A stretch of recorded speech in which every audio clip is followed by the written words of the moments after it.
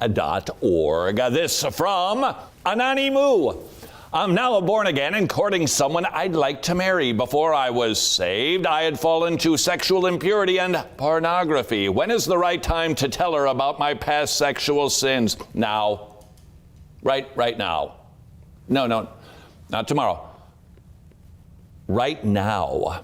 Young man, if you are pursuing a young woman for the purpose of marrying her, and there are issues that you have struggled with in the past, it is your duty to inform her of such. You say, hey, she might dump me. Hey, that's right. If you are hiding issues that you have been struggling with in the past, she deserves to know about it.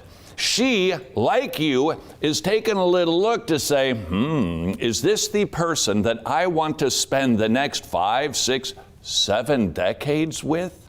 It is your duty to tell her and disclose this and let her decide if she wants to continue being pursued by you. Now I know what you're thinking, but I looked at porn last week, man. Yeah, that means you're not ready to get married. That means you're not behaving like a godly man that is worthy of a godly woman's hand.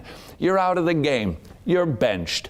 So you need to go to the sidelines. You need to disengage, and you need to demonstrate for a season you got yourself under control. Now I know what you're asking. Well, how long is that? I mean, when was the last time I could look at it? Because, I do have it under control, but it's been...